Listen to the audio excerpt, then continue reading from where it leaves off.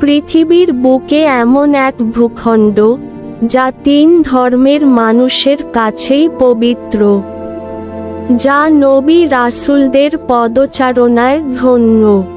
হ্যাঁ, আমরা কথা বলছি ফিলিস্তিনের পবিত্র মসজিদুল আকসা নিয়ে। এটি ইসলামের প্রথম কিবলা এবং পৃথিবীর দ্বিতীয় প্রাচীনতম মসজিদ। কিন্তু আপনি কি জানেন এই পবিত্র স্থানের গোড়াপত্তন কিভাবে হয়েছিল?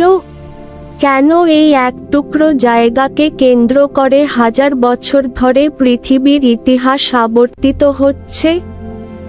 আজকের ভিডিওতে আমরা মসজিদুল আকসার উৎপত্তি থেকে শুরু করে বর্তমান সময় পর্যন্ত সম্পূর্ণ ইতিহাস আপনাদের সামনে তুলে ধরব।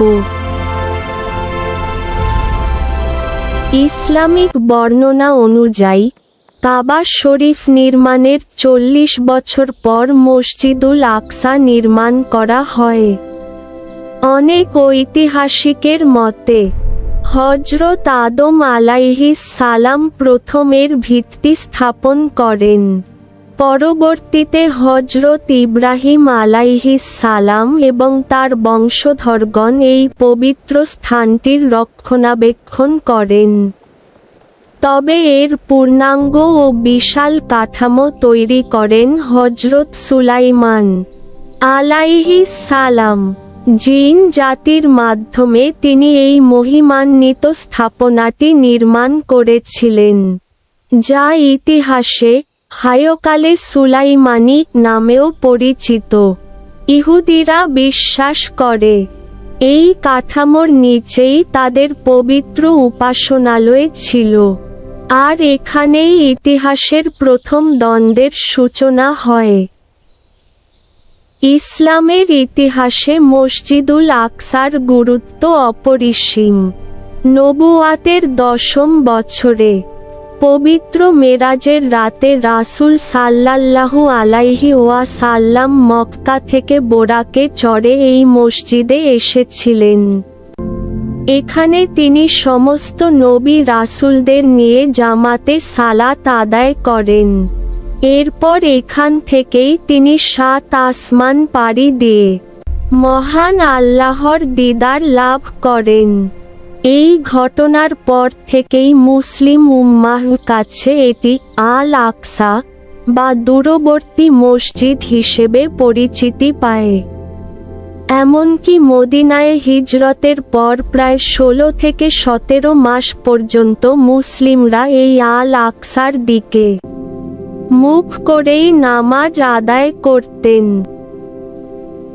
637 খ্রিস্টাব্দ খলিফা হযরত ওমর রাদিয়াল্লাহু আনহুর আমলে জেরুজালেম বিজয় হয়। রক্তপাতহীন এই বিজয়ের পর তিনি যখন এই চত্বরে প্রবেশ করেন, তখন পুরো এলাকাটি ছিল আবর্জনায় ঢাকা।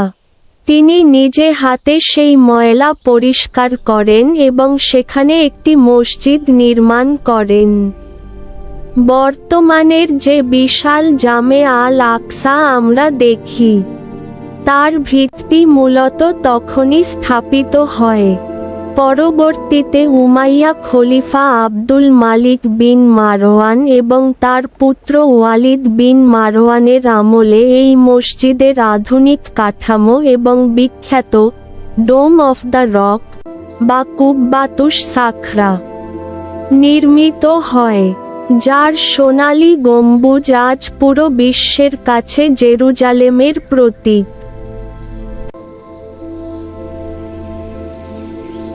ইতিহাসের এক কালো অধ্যায় শুরু হয় 1099 সালে।